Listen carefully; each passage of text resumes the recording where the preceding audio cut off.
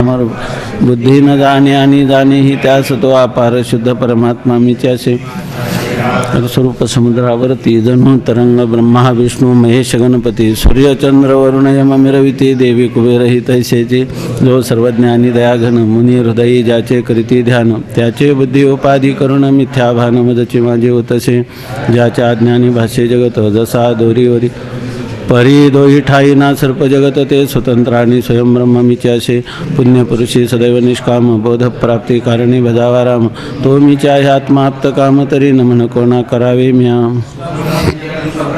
व्यापकं नामरूपयोः अधिष्ठानं बुद्ध्यबोध्यं बुद्धेर्दृग्यत्तु निर्मलं तपारं सर्ववेदान्त वेद्यं प्रत्यक्परं महा तदेवाहं न मत्तोऽन्यदिति मे निश्चिता मतिः.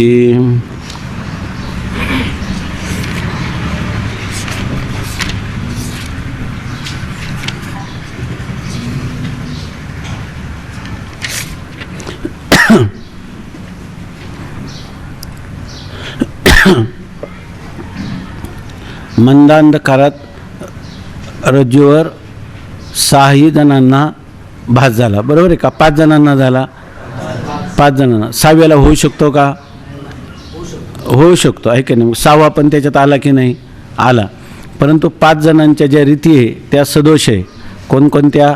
ज्यांची शून्य काय त्याला असत ख्याती आहे, त्या ज्यांची आत्मख्याती आहे, ज्यांची अन्यथा ख्याती आहे, ज्यांची अख्याती आहे आणि ज्यांची सत्ख्याती आहे.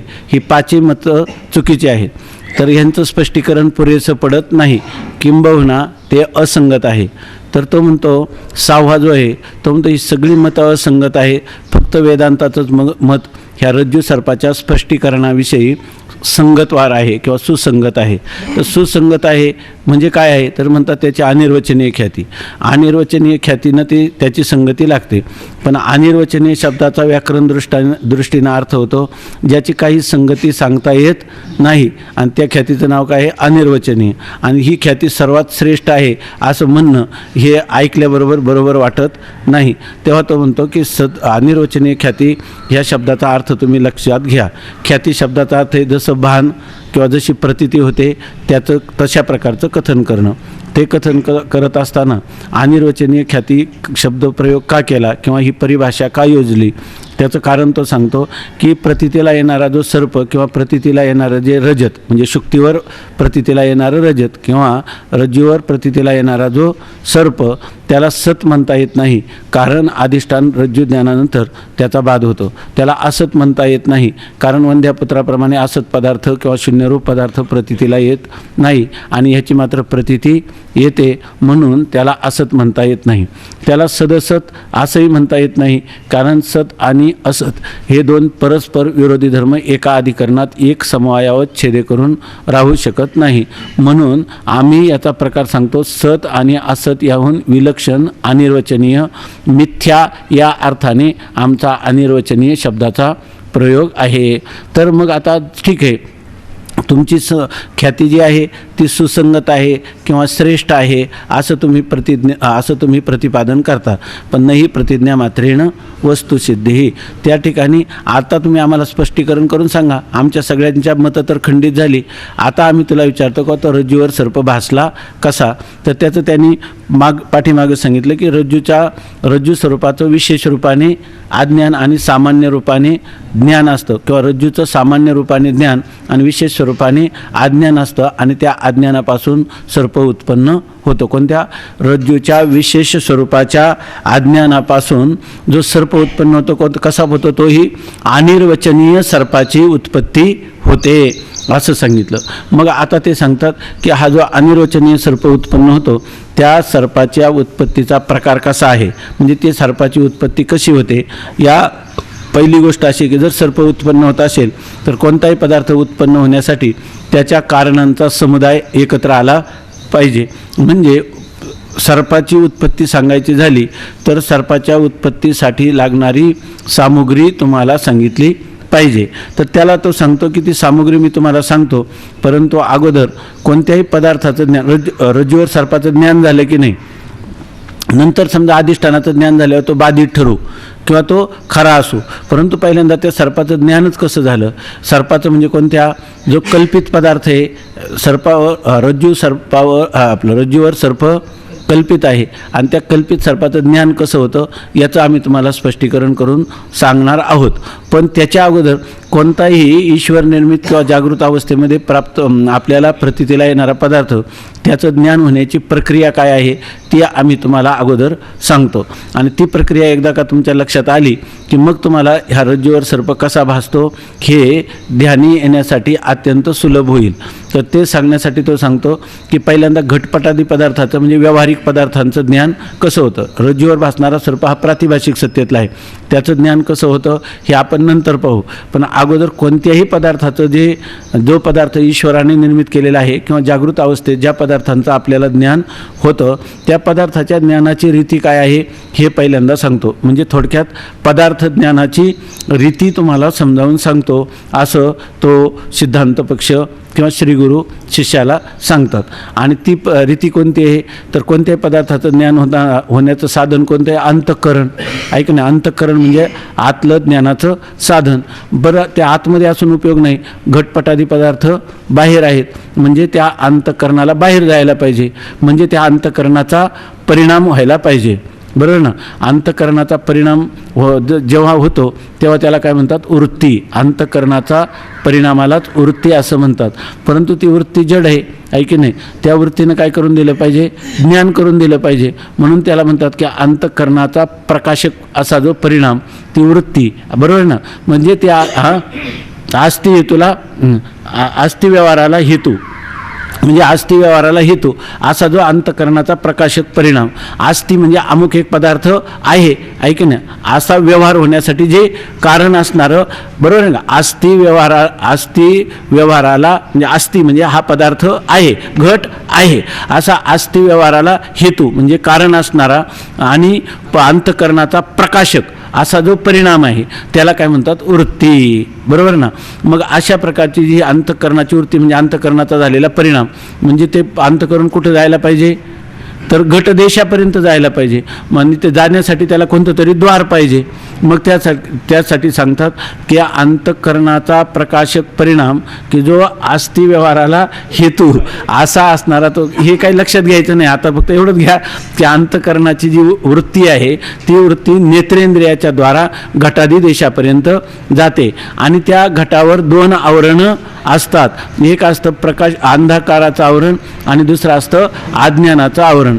पैकी अज्ञानाचा आपला अंधकाराचं आवरण हे प्रकाशाच्या साह्याने दूर करता येतं. बरोबर ना. प्रकाशाच्या साह्याने. आता राहिलेलं जे अज्ञानाचं आवरण आहे ते आवरण वृत्ती दूर करते. कसं? अंतःकरणाची वृत्ती नेत्रेंद्रियाच्या द्वारा त्या घटादी देशापर्यंत जाते. त्या ठिकाणी असणारं अंधकाराचं आवरण प्रकाशाच्या साह्याने दूर होतं आणि अज्ञानाचं आवरण ती वृत्ती दूर करते, त्या आवरणाचा भंग करते. कशी करते तर ज्या वेळेला वृत्ती घटापर्यंत जाते तेव्हा घटादी आकाराची होते. पण हा घट आहे असं ज्ञान वृत्ती करून देत नाही. त्या ठिकाणी ती काय करते? फक्त त्याच्या आवरणाचा म्हणजे अज्ञानाच्या आवरणाचा भंग करते. हा घट आहे असं ज्ञान करून देण्याचं सामर्थ्य वृत्तीला नाही. मग हे ज्ञान करून देण्याचं स्वतंत्र कुटस्थ चैतन्य किंवा प्रत्येक आत्मा हे त्या घट आहे असं ज्ञान आत्मा किंवा साक्षी करून देतो का? नाही. साक्षी कसा आहे? असंग निर्विकार आहे. वृत्ती करून देते का? वृत्ती जड आहे आणि साक्षी काय? केवळ ज्ञानस्वरूप आहे. त्याच्या ठिकाणी ज्ञानाचा कोणताही व्यवहार नाही आणि हा घट आहे असा व्यवहार तर होतो. याचा अर्थ तो व्यवहार होतो कोणामुळं तर ज्या ज्या ठिकाणी अंतःकरण असतं त्या ठिकाणी अंतःकरणाचं अधिष्ठान चैतन्य असतं. अंतःकरण हे सत्वगुणाचं कार्य असल्यामुळे स्वच्छ आहे. त्याच्यामध्ये त्या अंतःकरण अधिष्ठान कुटस्थ चैतन्याचा, साक्षी चैतन्याचा किंवा प्रत्येगात्म्याचा काय होतो?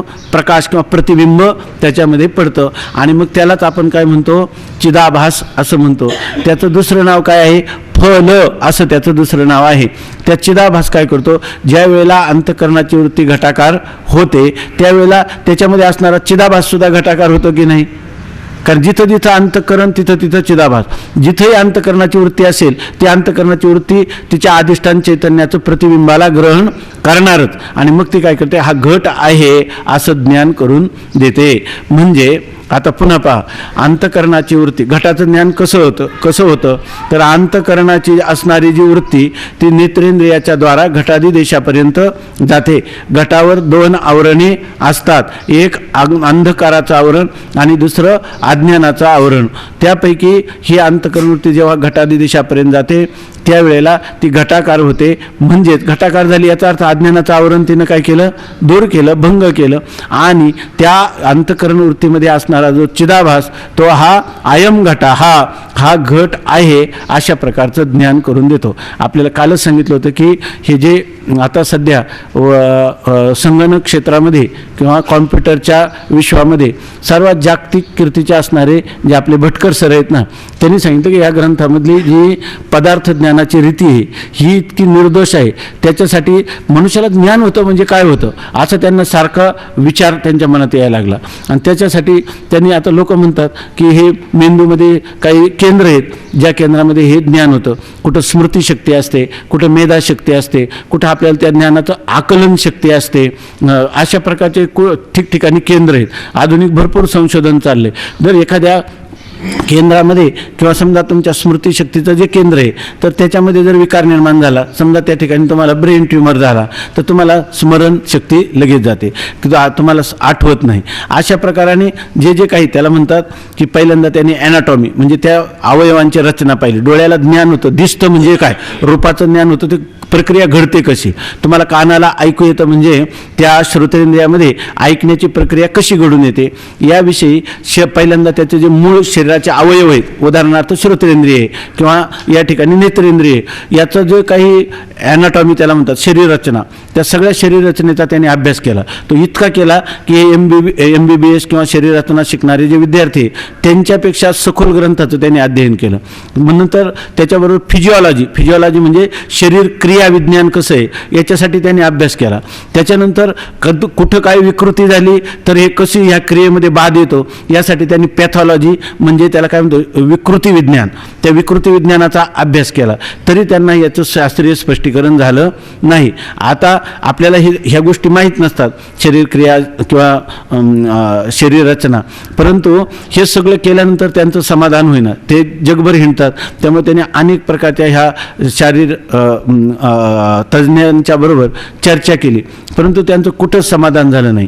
पण जेव्हा त्यांनी विचारसागर ग्रंथ अध्ययनाला घेतला आणि पदार्थ ज्ञानाची रीती पाहिली तेव्हा त्यांना इतका आनंद झाला. आणि तेव्हापासून त्यांनी सांगितलं माझा जीवनातला आवडीचा ग्रंथ कोणता आहे, त्यांच्या मुलाखतीत दिलं तर विचारसागर आहे. तर त्यांची सुरुवात इथून झाली की पदार्थ ज्ञानाची रीती ही इतकी निर्दोष ह्या विचारसागरामध्ये किंवा आपल्या वेदांत दर्शनामध्ये दिलेली आहे. आणि म्हणून आता ते प्रमाण विचार याच्यावर लिहून राहिलेत, किंवा ह्या प्रत्यक्ष प्रमाण, अनुमान प्रमाण, शब्द प्रमाण, उपमान प्रमाण, अर्थापत्ती प्रमाण आणि अनुपलब्धी प्रमाण. त्यांनी तर परवा इथं आले होते तर ते म्हटले की आयतीय प्रमाणाला सुद्धा खूप महत्त्व आहे, परंपरा प्रमाणाला सुद्धा खूप मोठ्या प्रकारचं महत्त्व आहे. तेव्हा जेव्हा मला माझं समाधान होईल आणि हे निर्दोष रीतीनं हे जे केलेलं विवेचन आहे असं वाटेल तेव्हा आपण ह्या ग्रंथाचं पूर्णपणे संकलन करून त्याचं प्रकाशन करू असं ते म्हणाले. म्हणजे याचा अर्थ असा आहे की इतकं मोठं भांडवल जे आहे आपल्याला, जिथं सर्व शास्त्रज्ञ शरीरतज्ञ यात म्हणजे नतमस्तक होतात अशा प्रकारची ही प्रक्रिया आहे. तर ही प्रक्रिया आपण चांगली समजावून घेतली पाहिजे. आणि ही प्रक्रिया म्हणजे शब्दाच्या द्वारा समजणार का आपलं पाहिलं तर समजणार. घटाचं ज्ञान कसं होतं आपल्याला कळलं पाहिजे. आपण विचार करायचा का अंतःकरण त्याचा परिणाम होतो, त्याला अंतःकरण वृत्ती म्हणतात. ती वृत्ती नेत्रेंद्रियाच्या द्वारा बाहेर जर गेली तरच ज्ञान होईल. नेत्रेंद्रियाच्या द्वारा बाहेर घटादी देशापर्यंत जाते. अज्ञानाचा आपला अंधकाराचं आवरण प्रकाशाच्या साह्याने दूर केलं जातं. नंतर ती वृत्ती त्याच्या आकाराची होते आणि त्या वृत्तीमध्ये असणारा जो चिदाभास आहे तो चिदाभास जड आहे का चेतन आहे? चिदाभास जड आहे का चेतन आहे? जड नाही. जड नाही म्हणून ज्ञान होईल का नाही? जड नसल्यामुळे ज्ञान होईल की नाही? कारण तो कोणाचा आहे? चैतन्याचा. पण तो स्वतंत्र आहे, सत्ता आहे का त्याला? का तो चैतन्याचा असतो? चैतन्याचा बुद्धीमध्ये पडलेला काय आभास आहे, एक चित आहे. आणि चितचा आभास, आभास ना शब्दाचा अर्थ आहे अल्पभास. म्हणजे त्याची पडलेली काय आहे, प्रतिबिंब किंवा त्याची पडलेली छाया, त्याला काय म्हणतो आपण, आभास म्हणतो. मग चिदाभास आणि चैतन्य एक आहेत का? चिदाभास जसा चित आहे तसाच चिदाभास आहे का? का चैतन्य व्यापक आहे, चैतन्य व्यापक आहे, असंग आहे, आणि यामध्ये चिदाभास आणि बुद्धीची संगती केली की नाही? पडला कुठं? बुद्धीमध्ये. म्हणजे चित म्हणजे चिदाभास आहे का? चिदाभास म्हणजे चित आहे का? नाही. पण तुम्हाला ज्ञान करून देण्याला उपयुक्त आहे का? नाही. कारण तो कोणाचा आहे? चैतन्याचा आहे. बरोबर ना? तो काय आहे? चैतन्याचा. मग चिदाभास जड आहे का चेतन आहे? तुम्ही काय सांगणार? जड नाही. चेतन आहे असं आम्ही म्हणणार नाही, पण जड नाही. ऐक, जड नाही. तो काय चित आहे का? नाही. चिदाभास चेतन आहे का? आम्ही म्हणणार नाही. आम्ही काय म्हणणार? फक्त जड नाही. ऐकून जड नाही असं म्हणणार. बरं, कुठं बिघडलं? म्हणा की चेतन आहे. आता कालच्या इतकी भीती आहे का तुम्हाला? आज कालचं गेले की नाही? हे तर बरोबर ना. आम्ही काय म्हणतो? चिदाभास जड नाही. पण आम्ही जर असं म्हटलं की चिदाभास काय आहे? चेतन आहे, असं जर म्हटलं तर काय अडचण येते? थांबा. हां, काय हा कोणता दोष येईल? काय होईल? बघा, थांबा, कोणी बोलू नका. तर आपण आता परिपूर्ण, भीती तर गेली का नाही? भीतीचं काय कारण आहे? आता होईल द्वैतापत्ती नावाचा दोष येईल, आहे की नाही? काय द्वैतापत्ती येईल? चेतन एक, हा म्हणजे वेदांताचा सिद्धांत काय? चैतन्य एक आहेत का दोन आहेत? एक आहे, आहे की नाही? हा श्रुतीचा काय आहे? सिद्धांत. आता तुम्ही चैतन्य जर दोन मानले तर चैतन्य किती होतील? दोन. मग श्रुती सिद्धांताच्या विरुद्ध होईल का नाही? म्हणजे काय होईल? ते एक चैतन्य, आहे की नाही, आणि चिदाभास एक चैतन्य. मग दोन चैतन्य झाली की नाही? दोघांची मारामारी, भांडणं होतील का नाही कधी? हा, द्वैताद्वै दुःखंब होती, आहे की नाही? द्वैताद्वै भयंब होती. हे होईल का नाही? आम्हाला काय करायचं? चिदाभास जो आहे तो बुद्धीमध्ये पडलेला प्रकाश आहे की नाही? चिदाभास चैतन्याचा आहे, त्यामुळे त्याच्याद्वारा ज्ञान होऊ शकतं, आहे की नाही? आणि मूळ जे चैतन्य आहे ते असंग निर्विकार. ते काय बुद्धीच्या आत आहे का बाहेर आहे?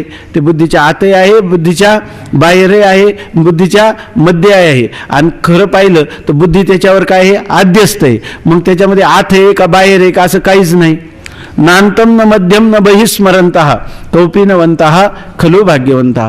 आपल्याला वेदांताचे प्रतिपादित जे सिद्धांत आहेत, भले आपल्याला स्पष्टीकरण करता आलं नाही तरी सुद्धा आपल्याला अशी दृढ अशा प्रकारची श्रद्धा पाहिजे की वेदांताचे सिद्धांत हे अकाट्य आहेत. माझ्या बुद्धीमध्ये काहीतरी या ठिकाणी त्रुटी आहे, वैगुण्य आहे. बरोबर ना सर? का वेदांताच्या सिद्धांतावर डोकं चालवायचं आपण? काही त्याला खंडित करायचं नाही कधी. कारण ती जी श्रुती आहे ती अपौरुषी आहे. पुरुषकृत बुद्धीचे जे दोष आहे, आपण किती जरी सिद्धांत मानले, आपल्या ठिकाणी भ्रम आहे की नाही, प्रमाद आहे की नाही, करणा पाठव, विप्रलिप्सा, आणि असेच सगळे लोक आहेत आपल्याला भेटणारे सुद्धा काय आहेत? असेच आहे. त्यामुळं आयतापासून काढिती हित देऊनी वाढविती नाही श्रुती परवती माऊली जगा. आपण काय केलं पाहिजे? श्रुती सांग, तर्क करा, पण श्रुतीमतच तर्कोनुसंधीयता. श्रुती जसं सांगते ना, चैतन्य एकमेव अद्वितीयम, तुम्ही सुद्धा काय म्हणायचं? एकमेव. जर डोकं चाललं तर कसं करायचं? एकम एव अद्वितीयम कसं हे तर्काने सिद्ध करायचं, नाही का? नाहीतर एकम एव अद्वितीयम कसं नाही, अशा प्रकारचा तर्क करायचा नाही. म्हणून त्यांनी सांगितलं जीव ब्रह्माच्या ऐक्याला साधक युक्ती आणि जीव ब्रह्माच्या भेदाला बाधक युक्ती, अशा यौक्तिक अद्वैत ब्रह्मचिंतनास मनन असं म्हणतात. अशी मननाची आपली स्थिती असली पाहिजे किंवा अशी मननाची आपली रीती असली पाहिजे. आणि तसं जर केलं तर पदरात काहीच पडणार नाही. कारण ब्रह्म वस्तू आपल्याला काही अज्ञात आहे, आणि त्या अज्ञाताचं यथार्थ ज्ञापन करून देणारी कोण आहे? फक्त श्रुती माऊली आहे. नाही श्रुती परवती माऊली जगा. त्यामुळे जर आपल्याला कितीही जरी आपली बुद्धी कुशाग्र असली, निपुण असली, तरी सुद्धा आईला 150 किलोमीटर मागं आणायचं का ब्रह्मकुंडात नेणं पुरुषार्थ आहे? सांगितली होती ना गोष्ट. मग ते ब्रह्मकुंडात न्यायचं का इकडं घरी आणायचं परत माघार? ब्रह्मकुंडातच न्यायचं. तसं आपलं चिंतन जे आहे ना, तर जीव आणि ब्रह्माच्या ऐक्यतेकडेच न्यायचं. जीव आणि ब्रह्माची एकताच आहे, आणि जगत कसं आहे? मिथ्याच आहे, स्वप्नतुल्य आहे. अशाच प्रकारची आपली चिंतनाची दिशा असली पाहिजे. ती आत्ता विचारसागर शिकेपर्यंत असली पाहिजे का सगळे आयुष्यभर असली पाहिजे? आणि ही जर आपल्याला कळली आणि पटली तर काय होईल? ही आपल्याला कधीच सोडून जाणार नाही. लोक म्हणतात ना, सटीचं अक्षर घातलंय, 5वीवर पुंजलंय, तशा प्रकाराने आपल्याला काही झालं तर जीव ब्रह्म एकच आहे, मी ब्रह्मरूप आहेच आहे, जगत मिथ्या आहेच आहे. काय? ब्रह्म सत्यम जगन मिथ्या जीवो ब्रह्मैव नापरा, हा अशा प्रकारची स्थिती आहे. तर आता या ठिकाणी घटज्ञानाची रीती कशी आहे काल आपण बरंच पाहिलेलं आहे, त्याचं थोडं ओझरतं पुन्हा झालं त्याचं पण चिंतन वाचतो, परत वाचू. घटज्ञानाच्या वेळी प्रथम अंतःकरणाची वृत्ती नेत्रद्वारा बाहेर निघून घटापर्यंत जाते, नंतर वृत्ती घटास व्यापून घटाच्या आकाराकार होते. त्या घटाकार झालेल्या वृत्तीत जो चिदाभास असतो तो घटाचा प्रकाश करतो. घटाचा प्रकाश करतो म्हणजे काय? तर म्हणजे त्याचे घटरूपाने ज्ञान करून देतो. परंतु घटाचे ज्ञान होण्यापूर्वी घटावर दोन आवरणे म्हणजे आच्छादने असतात. आवरण या शब्दाचा अर्थ आहे आच्छादन, झाकून टाकणारा एखादा पदार्थ. अज्ञानाने काय केलेले? ज्ञानरूप आत्म्याला आवरण केलेलं आहे, आच्छादित केलेलं आहे. घटाचे ज्ञान होण्यापूर्वी घटावर दोन आवरणे म्हणजे आच्छादने असतात. पैकी एक अंधकाराचे व दुसरे अज्ञानाचे. अंधकाराचे आवरण प्रकाशाने नष्ट होते, म्हणून बाह्य पदार्थ ज्ञानाच्या वेळी अंतःकरण वृत्तीस नेत्राची आणि प्रकाशाची सहाय्यता लागते. आता बाह्य पदार्थ ज्ञानाच्या वेळी म्हणजे जेव्हा आपल्याला कोणत्याही घटपटादी बाह्य पदार्थांचं ज्ञान होतं त्यावेळी अंतःकरणाच्या वृत्तीला म्हणजे आपलं पदार्थाचं ज्ञान करताना अंतःकरण उपयोग आहे. अंतःकरणाची वृत्ती मग त्या अंतःकरणाच्या वृत्तीला दोन गोष्टींचं साह्य लागतं. कोणतं? नेत्राची आणि प्रकाशाची सहाय्यता लागते. अंतःकरण वृत्तीला बाह्य पदार्थाचं ज्ञान करायचं झालं तर तिला काय लागेल? नेत्र लागेल. बाह्य पदार्थ म्हणजे घट आहे, ते नीलो घटा, हा नील वर्णाचा घट आहे, म्हणजे त्याचं रूप कोणतं आहे? नील. म्हणजे इथं नील शब्दाचा अर्थ काळं ना, काळा घट आहे. असं करताना आपल्याला ते अंतःकरणाची वृत्ती नेत्राचं साह्य नसेल तर बाहेर कशी जाईल? नेत्रेंद्रियाच्या द्वारा जाईल. म्हणजे नेत्रेंद्रियाचं साह्य पाहिजे की नाही? पाहिजे. पण समजा नेत्रेंद्रियाच्या द्वारा बाहेर गेली पण घटावर सगळा अंधकार आहे, अमावास्याच्या काळ्या रात्रीला तो घट तिथं ठेवलेला आहे की नाही, आणि बाहेर विद्युत प्रवाह काय पुरवठा नाही, तर अशा वेळेला त्याचं ज्ञान होईल का? तिथं काय पाहिजे? प्रकाशाची सहाय्यता पाहिजे. म्हणजेच ज्या वेळेला आपल्याला कोणत्याही पदार्थाचं ज्ञान होतं त्यावेळेला त्या अंतःकरण वृत्तीला प्रकाशाचं आणि नेत्रेंद्रियाचं साह्य पाहिजे. ठीक आहे ना? प्रकाशाची सहाय्यता नसेल तर निबिड अंधकारातील वस्तू नेत्र व अंतःकरण वृत्ती ही चांगली असून सुद्धा दिसत नाही. आपले नेत्र कितीही निर्दोष असले आणि प्रकाशाचं साह्य नसलं तर निबिड अंधकारात ठेवलेली वस्तू आपल्याला दिसू शकत नाही. नेत्राचं साह्य नाही का? आहे, पण साह्य कोणाचं नाही? प्रकाशाचं साह्य नाही. यावरून अंधकाराचे आवरण असते हे सिद्ध आहे. याचाच अर्थ काय? त्या वस्तूला कोणी झाकलं? अंधकाराने झाकलं. म्हणजे अंधकाराचं एक आवरण त्या वस्तूवर असतं, हे तर आपल्याला कबूल केलं पाहिजे. दुसरे आवरण अज्ञानाचे असते. एक आवरण झालं अंधकाराचं, दुसरं आवरण कशाचं आहे? अज्ञानाचं. अज्ञानाचं आवरण तुम्हाला हे सगळं अनुमानाने मानावं लागतं, आहे की नाही? प्रकाशाची सहाय्यता नसेल तर वस्तू दिसत नाही, म्हणून त्या वस्तूवर कशाचं आवरण आहे? अंधकाराचं आहे की नाही? आता तुम्ही म्हणता की तिच्यावर दुसरं आवरण एक आहे, ते कोणतं आहे? अज्ञानाचं आवरण आहे. कशावरून? दुसरे आवरण अज्ञानाचे असते, कारण ज्यावेळी अंतःकरण वृत्ती एखाद्या विषयात निमग्न असते त्यावेळी अन्य पदार्थांशी चक्षुरिंद्रियाचा संबंध होत असूनही त्या पदार्थाचे ज्ञान होत नाही. आता दुसरं सांगतात, आपली अंतःकरण वृत्ती आहे आणि अंतःकरण वृत्ती म्हणजे आपले अंतःकरण जे ते दुसऱ्या एखाद्या विषयाचे चिंतन करायला लागलं तर त्यावेळेला तो पदार्थ आपल्याला नेत्रेंद्रिय निर्दोष आहे की नाही? नेत्रेंद्रियाचं साह्य आहे. साह्य कोणाचं नाही? आता अंतःकरण वृत्तीचं नाही, तर त्या पदार्थाचं ज्ञान होईल का? नाही. समोर पाहतो तिचं पदार्थ तरीसुद्धा त्याला ज्ञान होत नाही. स्वामी महाराज सांगायचे की बुद्धिबळ खेळत असताना बुद्धिबळ खेळत असताना त्याचा मुलगा तिथं आला, इतका त्याने हट्ट घेतला की मला खेळणीसाठी 1 रुपया द्या. तो 1 तास रडत होता त्याच्यासमोर, परंतु त्याला काहीच प्रत्युत्तर दिलं गेलं नाही. शेवटी तो रडत रडत पुन्हा आईजवळ गेला आणि नंतर जेव्हा यांचा बुद्धिबळाचा खेळ संपला त्यावेळेला हा परत घरी गेला, तेव्हा मग त्या आईनं एकदम त्याला त्या आरडाओरडा केला की हे बाळ 1 तास रडलं तरी तुम्ही त्याच्याकडे लक्ष दिलं नाही, 1 रुपया द्यायला काय लागत होतं असं सांगितलं. तर मग तो म्हणे काय तू बोलते, उगीच कशाला रागावते माझ्यावर, हा आला का तरी त्याला विचार म्हणे माझ्याकडे आला का. याचा अर्थ मुलगा पाहत नव्हता का, बाबा बाबा म्हणतो त्या वर पाहायचा, पण याचं लक्ष कुठं होतं, सगळं बुद्धिबळात होतं. म्हणजे अंतःकरणवृत्तीचं साह्य नव्हतं, नेत्रेंद्रियाचं बटबटीत डोळ्यांनी त्याला पाहत होता, तरी तो 1 तास रडला तरी हा म्हणतो आलाच नाही, लक्ष नसतं त्याच्यामध्ये, ऐकी नाही. दुसरे उदाहरण स्वामी महाराज सांगायचे, तो बुद्धिबळ खेळता खेळता त्याचा एक मित्र आला आणि त्या मित्राने काय सांगितलं की सुपारी दे, थोडी सुपारी दे. त्याने लगेच आडकिता काढला आणि ते बुद्धिबळाचं प्याद आहे ना तेच कातरायला लागला त्याच्यामध्ये. कारण का, साह्य प्रकाशाचं नव्हतं का, प्रकाशाचं होतं, फक्त अंतःकरणवृत्तीचं साह्य त्याला नव्हतं. ज्यावेळी दुसरे आवरण अज्ञानाचे असते. आपलं उदाहरण पाहिलं, आपण मंदिरात जातो दर्शनाला, दर्शनाला जाताना आपल्याला काय वेधले व मन तयाचे गुन्हे ऐकायचं, आपल्याला माऊली सोडून काहीच दिसत नाही. त्यामुळे जर तिकडून आल्यावर कोणी विचारलं की रामराव भेटले का, आपण म्हणतो नाही भेटले. रामराव समोर बसलेले असतात, आपल्या समोर चाललेले असतात, समोरून येताना त्यांनी आपल्याला नमस्कारही केलेला असतो, आपणही त्यांना असं काही नमस्कार केलेला असतो, पण रामराव काही आपल्या अंतःकरणात गेलेले नसतात. कारण का, डोळ्यांनी पाहिलं नाही का, हाताने नमस्कार झाला नाही का, सगळं होऊन देखील आपल्या अंतःकरणामध्ये, आपल्या अंतःकरणाची वृत्ती खऱ्या अर्थाने रामरावाकार झाली नाही. कोणत्या वृत्तीचं साह्य नाही, अंतःकरण वृत्तीचं साह्य नाही. का प्रकाशाचं साह्य नाही, प्रकाशाचं साह्य आहे. प्रकाशात उघड्या डोळ्यांनी पाहिली आणि लख प्रकाशात पाहिली आहे की नाही, मग प्रकाशाचं पण साह्य आहे, नेत्रेंद्रियाचंही साह्य आहे. मग साह्य कोणाचं नाही, अंतःकरण वृत्तीचं साह्य नाही. दुसरे आवरण अज्ञानाचे असते. कारण ज्यावेळी अंतःकरणवृत्ती एखाद्या विषयात निमग्न असते त्यावेळी अन्य पदार्थांशी चक्षुरिंद्रियाचा संबंध होत असूनही त्या पदार्थाचे ज्ञान होत नाही.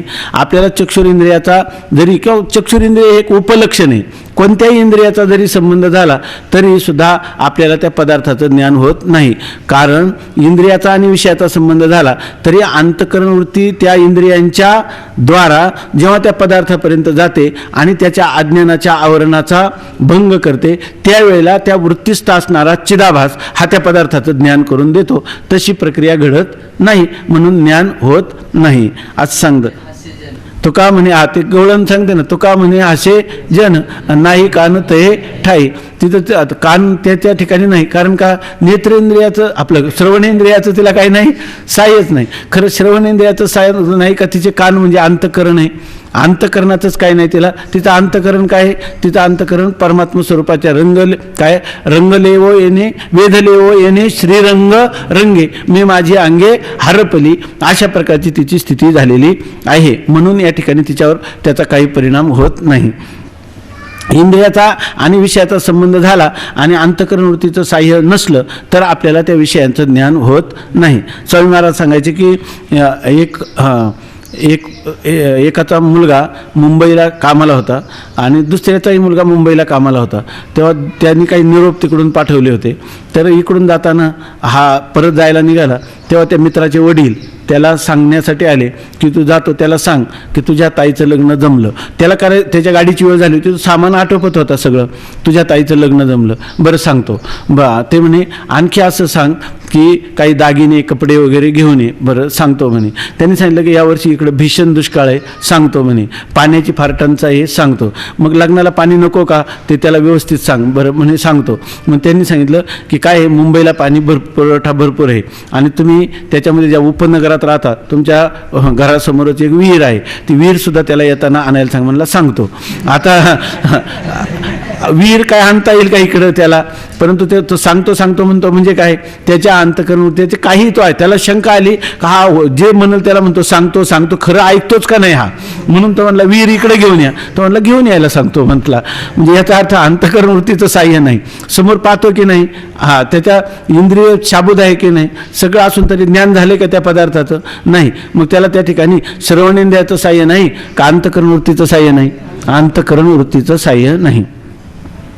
म्हणून तुकाराम महाराजांनी फार स्पष्ट लिहिले काय, जवळी नाही चित्त काय मांडी येले प्रेत. जर एखाद्याचं चित्त जर असं आहे की एखादा मनुष्य मरण पावलेला बरा, पण वेडा होऊ नये. कारण त्याचं चित्त काय झालेलं असतं, व्यग्र किंवा विकृत झालेलं असतं. मरण परवडलं, कारण चित्त कुठं जाग्यावरच नसतं. म्हणून जवळही नाही चित्त. जर त्याचं चित्त त्याच्याजवळ नसेल, परमात्मा स्वरूपाच्या ठिकाणी म्हणा किंवा कुठल्याही ठिकाणी, तर जवळी मांडी येले प्रेतावस्थाच आहे की नाही.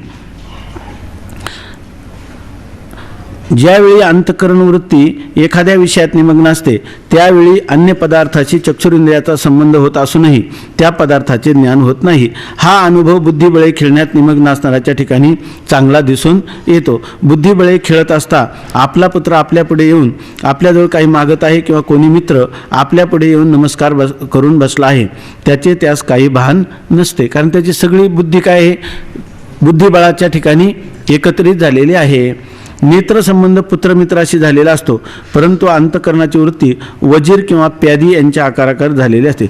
आता संबंध कुठं झाला, पुत्राशी किंवा मित्राशी नेत्रेंद्रियाचा संबंध झाला, पण अंतःकरण वृत्ती पुत्राच्या मित्राच्या आकाराची झाली का त्या प्याजीरवाद्याच्या प्यादा आणि वजीर यांच्या आकाराची झाली. परंतु अंतःकरणाची वृत्ती वजीर किंवा प्यादी यांच्या आकाराकार झालेली असते.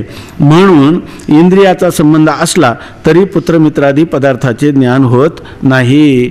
जरी आपल्याला इंद्रियाचा संबंध त्या पदार्थाशी किंवा त्या विषयाशी झाला तरी अंतःकरण वृत्ती जोपर्यंत त्या पदार्थाच्या आकाराची होत नाही, म्हणजे त्या अंतःकरण वृत्तीचा आपल्याला साह्य मिळत नाही, तोपर्यंत त्या पदार्थाचं ज्ञान होत नाही. ठीक आहे ना, आतापर्यंत झालेला विषय लक्षात आला ना. याकरिता ज्ञान होण्यास त्या पुत्रमित्रादी पदार्थांच्या ठिकाणी आवरण मानले पाहिजे. आता हे सगळं कशासाठी सांगतात, ज्या अर्थी इंद्रियांचं साह्य आहे आणि पुत्रमित्रादिकांचं ज्ञान होत नाही, याचाच अर्थ त्यांच्या ठिकाणी कोणतं तरी आवरण आहे, आच्छादन आहे की ज्यामुळं आपल्याला त्याचं ज्ञान होत नाही, असं त्याचं मानलं पाहिजे की नाही. कारण जर आपल्याला त्यांचं ज्ञान झालं तर याचा अर्थ ते कसे झाले, अनावृत्त, आवरण रहित. आणि ज्ञान होत नसेल तर त्याच्यामध्ये कुठला तरी पडदा, आवरण, आच्छादन हे आपल्याला मानलंच पाहिजे. याकरिता ज्ञान होण्यास त्या पुत्रमित्रादी पदार्थाच्या ठिकाणी मानले पाहिजे आणि ते अज्ञानाचेच मानले पाहिजे. याचा अर्थ ते आवरण कशाने केले, ते काय, तुम्हाला जेव्हा घटाचं ज्ञान होत नाही, ज्ञान होत नाही म्हणजेच काय आहे, अज्ञानाने काय केलं, त्याला झाकलं आणि त्यामुळे ज्ञान होत नाही. अज्ञानाचा ज्या अर्थी पदार्थाचं ज्ञान होत नाही त्या अर्थी त्याच्यावर आवरण आहे असं मानलं पाहिजे. आणि आवरण कशाचे अर्थात अज्ञानाचंच आवरण आहे असंच आपण मानलं पाहिजे. चिदाभासासह वर्तमान अंतःकरण वृत्ती प्रकाशाची सहाय्यता घेऊन पदार्थाजवळ जाते, तेव्हा पदार्थावरील अंधकाराचे आवरण प्रकाश नष्ट करतो, हे वर सांगितलेच आहे. आता तुम्ही काय म्हणता, जेव्हा जेव्हा वृत्ती, तुम्ही अगोदर काय म्हणतात, वृत्ती घटदेशापर्यंत जाते, पण वृत्ती घटदेशापर्यंत जाते का चिदाभासासहित असणारी वृत्ती घटदेशापर्यंत जाते असं म्हटलं पाहिजे. कारण जिथं जिथं वृत्ती तिथं तिथं चिदाभास आहे की नाही, जिथं जिथं वृत्ती तिथं तिथं चिदाभास. मग चिदाभासाच्या सहित असणारी वृत्ती, बरोबर ना, वृत्ती म्हणजे अंतःकरणाची वृत्ती चिदाभासा सहित नेत्रेंद्रियाच्या द्वारा त्या घटदेशापर्यंत जाते असंच आपल्याला मानलं पाहिजे. चिदाभासासह अंतःकरण वृत्ती प्रकाशाची सहाय्यता घेऊन पदार्थाजवळ जाते, तेव्हा पदार्थावरील अंधकाराचे आवरण प्रकाश नष्ट करतो. आता त्या ठिकाणी दोन आवरण असतात, एक आहे अंधकाराचं आणि एक आहे अज्ञानाचं. आता काय, अज्ञानाचं आवरण तर आपल्याला मानलंच पाहिजे. मग त्या अज्ञानाचं आवरण भंग करण्यासाठी वृत्ती जरी अंतःकरणाची चिदाभासासह त्या पदार्थापर्यंत गेली तर जर त्याच्यावर अंधकाराचं आवरण असेल तर तिला ज्ञान होईल का, नाही. मग त्या अंधकाराचं आवरण काय होईल, प्रकाशाच्या साह्याने दूर करावं लागेल. बरं, ते एकदा दूर केलं, पुढे काय प्रक्रिया घडते ते सांगतात. अंतःकरण वृत्ती प्रकाशाची सहाय्यता घेऊन पदार्थाजवळ जाते, तेव्हा पदार्थावरील अंधकाराचे आवरण प्रकाश नष्ट करतो, हे वर सांगितलेच आहे. नंतर दुसरे अज्ञानाचे आवरण अंतःकरण वृत्ती नष्ट करते. आता दुसरं आवरण कशाचं राहिलं, अज्ञानाचं. मग त्या अज्ञानाचं आवरण काय करते, अंतःकरणाची वृत्ती काय करते, त्या अज्ञानाचा भंग करते किंवा अज्ञान आवरणाचा भंग करते. ठीक आहे ना इथपर्यंत. मग त्या निरावरण झालेल्या पदार्थाचा अंतःकरण वृत्तीत असलेला चैतन्याचा आभास म्हणजे चिदाभास प्रकाश करतो. आणि एकदा अज्ञानाचं आवरण अंतःकरण वृत्तीनं काय केलं, दूर केलं की त्या चिदाभासासहित ती अंतःकरण वृत्ती आहे. मग त्या अंतःकरण वृत्तीमध्ये चैतन्याचा पडलेला जो आभास, ज्याला चिदाभास किंवा फल असं म्हणतात, तो चिदाभास काय करतो, त्या पदार्थाचं ज्ञान करून देतो. आहे की नाही? बरोबर आहे ना? अंतःकरण वृत्तीत असलेला चैतन्याचा आभास म्हणजे चिदाभास प्रकाश करतो. आता चिदाभास प्रकाश करतो म्हणजे काय, त्या चिदाभासाच्या हातात बॅटरी असते का, तर तसं काही नाही. तर चिदाभास प्रकाश करतो याचा अर्थ चिदाभास त्या पदार्थाच्या आकाराचे ज्ञान करून देतो. वृत्ती जेव्हा त्या पदार्थाच्या आकाराची होते तेव्हा वृत्तीस्थ असणारा चिदाभास हा देखील त्या पदार्थाचा आकार धारण करून देतो. म्हणजे त्याचं त्या पदार्थाचं ज्ञान करतो. वृत्ती पदार्थाकार झाली म्हणजे काय केलं, त्या वृत्तीस्थ चिदाभासाने त्या पदार्थाचं ज्ञान करून दिलं. यालाच म्हणतात चिदाभासाने त्या वस्तूचं प्रकाशन केलं, त्याच्या आकाराचे ज्ञान करून देतो. सामान्य पाहणारास इंद्रियांचा व पदार्थांचा संबंध झाल्याबरोबर ज्ञान होते असे वाटते. पण वर सांगितलेल्या प्रकाराने अंधकाराच्या आवरणाचा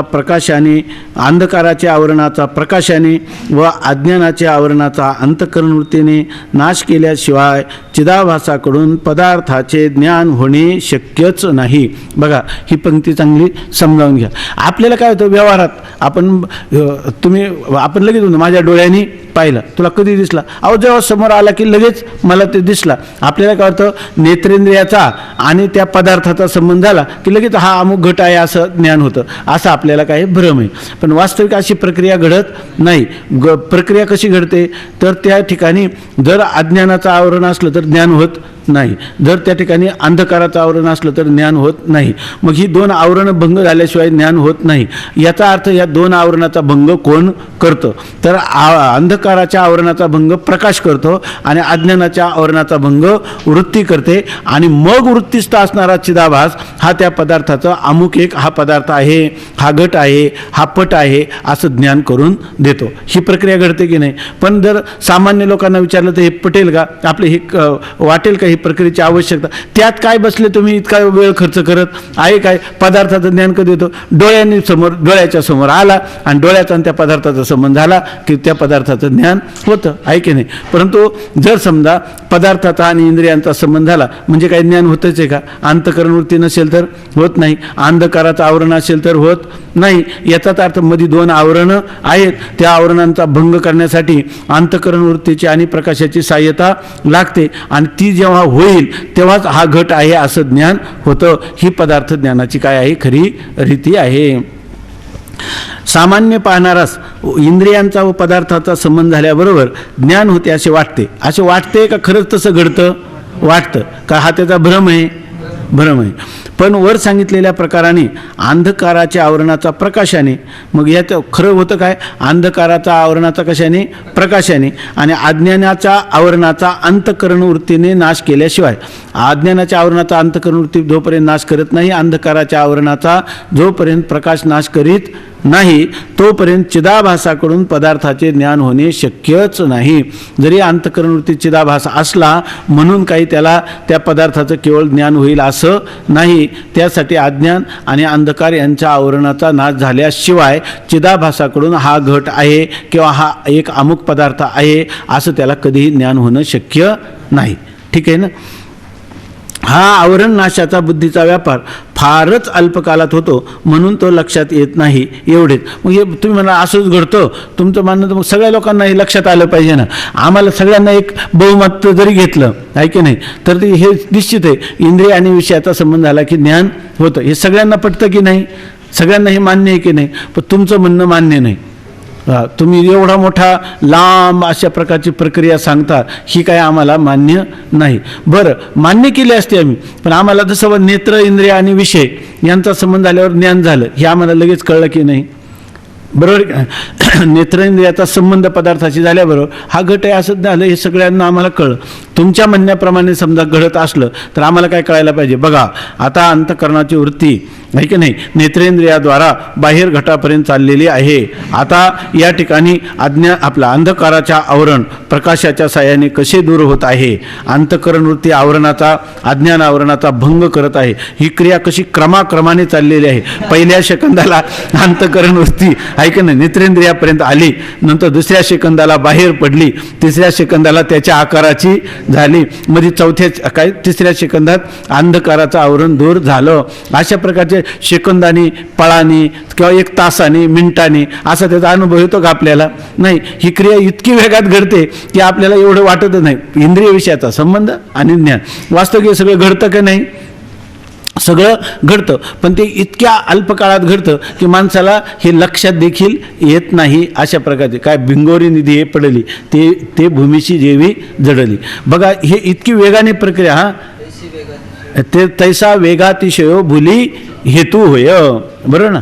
वेगात त्यांनी लिहिलं, आपण एखादं ती भिंगरी असते ती जेव्हा वेगाने फिरते तेव्हा ती आपल्याला खूप वेगवान आहे असं वाटतं का स्थिर आहे असं वाटतं? बोहरा जमिनीवर जेव्हा इतक्या वेगाने फिरतो तेव्हा तो आपल्याला स्थिर आहे असं वाटतो का तो खूप वेगाने फिरतोय असं वाटतं? स्थिर आहे, जणू काय तो जमिनीला खेळून राहिला आहे असं आपल्याला वाटतं की नाही? ती जी चक्र फिरतं किंवा त्याला आलात चक्र म्हणतात. कोलीत उदबत्ती आपण जर वेगाने फिरवली तर उदबत्तीचं जे जळतं टोक आहे ते ज्यावेळी इथं आले तेव्हा इथंच आहे की नाही? पण इतक्या वेगाने फिरते की ते काय आहे? गोल चक्र आहे असा आपल्याला भ्रम होतो. त्याप्रमाणे या ठिकाणी ही क्रिया इतक्या वेगात घडते की आपल्याला हे लक्षात येत नाही की अंतःकरणाची वृत्ती नेत्रेंद्रियाद्वारा त्या पदार्थापर्यंत गेली, प्रकाशाच्या साह्याने अंधकाराचं आवरण दूर झालं, नंतर त्याच्यामध्ये असणाऱ्या अज्ञान आवरणाचा भंग वृत्तीने केला, नंतर ती चिदाभासासहित असणाऱ्या वृत्तीमधील जो चिदाभास त्याने त्या पदार्थाचं प्रकाशन केलं. हे जरी आपल्या लक्षात आलं नाही तर घडतं मात्र असंच आहे की नाही? हे तर हे आपल्या तरी लक्षात आलं की नाही? बाकीच्या लोकांच्या येऊ किंवा न येऊ आहे की नाही? आपलंही तसं काही नाही, पण परीक्षा द्यायची आहे की नाही? त्याच्यामध्ये आपल्या लक्षात आलंच पाहिजे म्हणून सांगतात. हा वृत्ती आणि चिदाभास हे दोन्ही बरोबरच असतात. अगदी. जिथं वृत्ती ही चिदाभासाला सोडून कधीच राहत, आपलं चिदाभास हा वृत्तीला सोडून कधीच राहत नाही. जेव्हा वृत्तीने अज्ञानाचं भंग केला तेव्हा चिदाभास आहे. होय, हा तेव्हा चिदाभास आहे. पण वृत्तीनं अज्ञानाचा भंग केला आणि नंतर चिदाभासाने त्याचं प्रकाशन केलं, हे आपल्याला याचं विश्लेषण किंवा त्याचं पृथक्करण ॲनालिसिस किंवा त्याच्यामध्ये असणारा जो अंतर आहे पूर्वोत्तर भाव ध्यानी घेता येत नाही, कारण त्याच्यासाठी बुद्धीची तेवढी सूक्ष्मता पाहिजे. कारण एका वेळी तर अनेक ज्ञान होत नाही, एका वेळी काय होतं? एकच ज्ञान होतं. हा तर काय आहे? वेदांताचा सिद्धांतच आहे.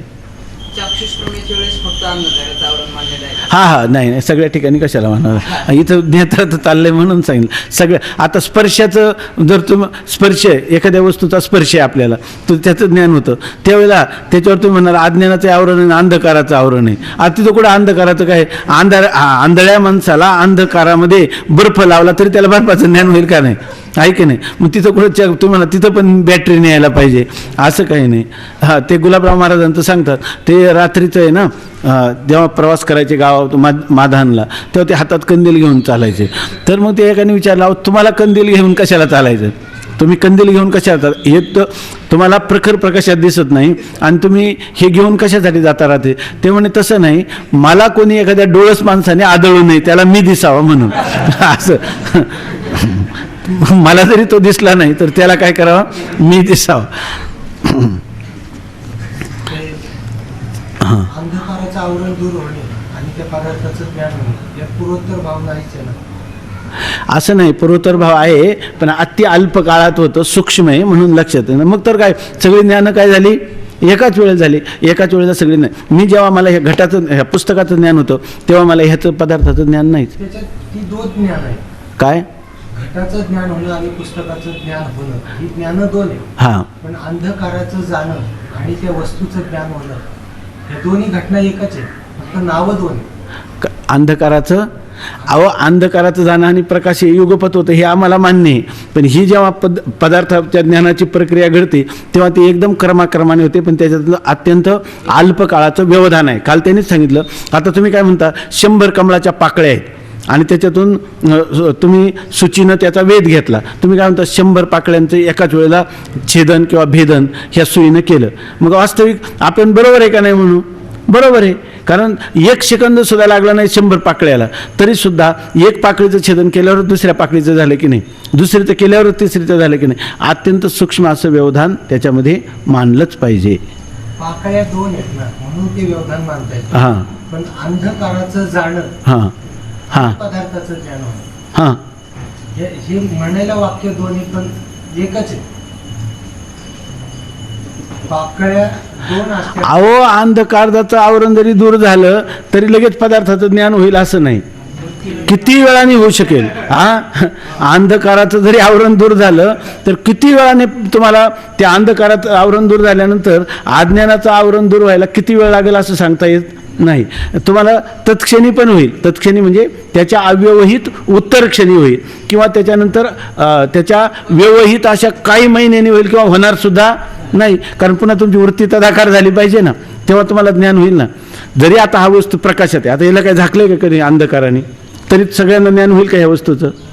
नाही. म्हणून तुम्ही जे म्हणता ना की तत्क्षणी असं म्हणता येणार नाही. त्या वस्तूविषयीचं अज्ञानाचं आवरण आणि अंधकाराचं आवरण याच्यामध्ये किती सुद्धा अंतर किंवा व्यवधान असू शकतं.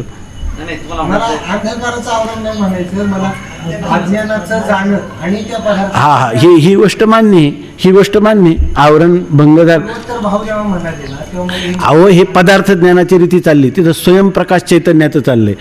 ज्या ज्या पदार्थ आवृत्त असतात ना या अज्ञानाने, तर त्याच्या ठिकाणी वृत्तीव्याप्ती आणि फलव्याप्ती ह्या दोन्ही लागतात. घटपटादी पदार्थाचं त्याला वृत्तीव्याप्ती आणि फलव्याप्ती दोन्ही लक्षात आलं का? आपण पाहिले ना, बुद्धी जाणे आणि न जाणे. त्यास वृत्तीव्याप्तीने जाणे आणि फलव्याप्तीने न जाणे, आणि घटपटादी पदार्थास दोन्हीने जाणे, वृत्तीव्याप्तीने जाणे आणि फलव्याप्तीने जाणे, असा हा पदार्थ ज्ञानाचा प्रकार आहे. तुम्ही जे म्हणता ते कुठं स्वयंप्रकाश चैतन्य, त्याचं तर आपण कालच पाहिलं. वाचुनी काय बाबुळीची सारावी हाते, वाचुनी पाणी तवा असे आहे. ते स्वयंप्रकाश चैतन्याचा, आत्मचैतन्याचं ब्रह्मत्वाने ज्ञान होण्यासाठी फक्त अज्ञान आवरणाचा भंग झाला की तुम्हाला काय त्या ठिकाणी आत्म्याची प्राप्ती उत्तर क्षणी नाही, ते युगपतच आहे. का? कारण या ठिकाणी अज्ञानाची निवृत्ती हीच काय आहे? आत्मस्वरूपाची प्राप्ती आहे. याच्या बाबतीत तुमची गाडी एकदम उंच आहे त्या ठिकाणी. कारण तुम्ही आता काय सांगत होते, काय सर्व सुख लिहालो, सर्व अलंकार. फक्त लिहालो म्हणणे इतके तुम्ही आहेत याचंच आम्हाला आश्चर्य वाटतं. आणि त्याचं कारण असे, तुम्ही आमच्यासाठी म्हणता किंवा महापुरुषाची अनुभूती ही शब्दाच्या द्वारा ग्रथन करतात, हे आमचं परमभाग्य आहे.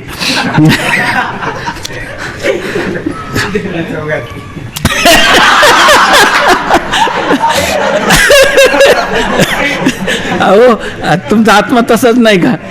आणि मग आता तुमचं परता उत्थान कशाला होता आता? करण्याच्या बाबतीतच म्हणा. पण म्हणले नसतं तर अधिक शोभलं असतं ना. हे आम्ही म्हणू ना.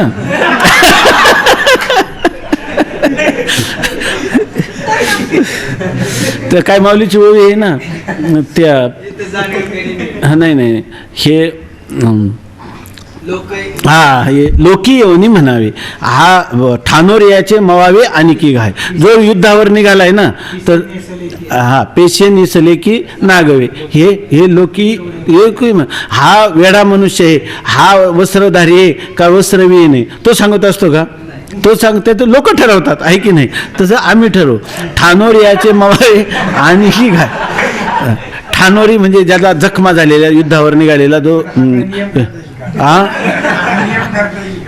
कसा काय नियम काय? हेच आहे. ही दररोजचा लोक व्यवहार आहे हा.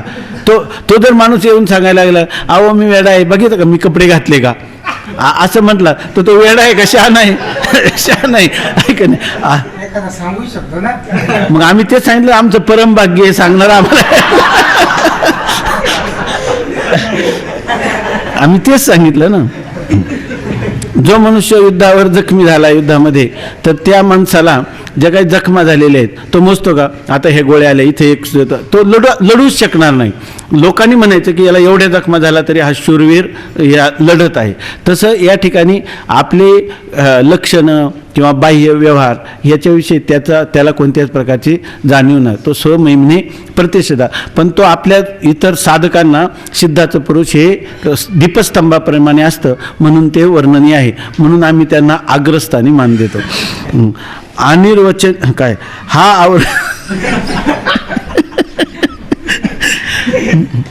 हा आवरण नाशाचा बुद्धीचा व्यापार फारच अल्पकालात होतो.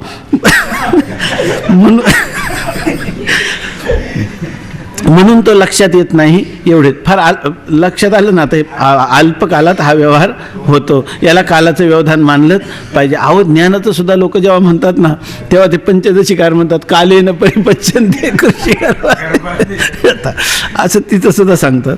म्हणून तो लक्षात येत नाही. एवढेच असो. पदार्थ ज्ञानाची रीती अशी आहे. पदार्थ ज्ञानाची रीती कळली ना. आता पदार्थ ज्ञान कसं होतं हे कळलं. आता अनिर्वचनीय पदार्थ कसा उत्पन्न होतो हे पुढं सांगणार आहेत. पुंडलिक वरदा हरी विठ्ठल श्री ज्ञानदेव तुकाराम ज्ञानेश्वर महाराज की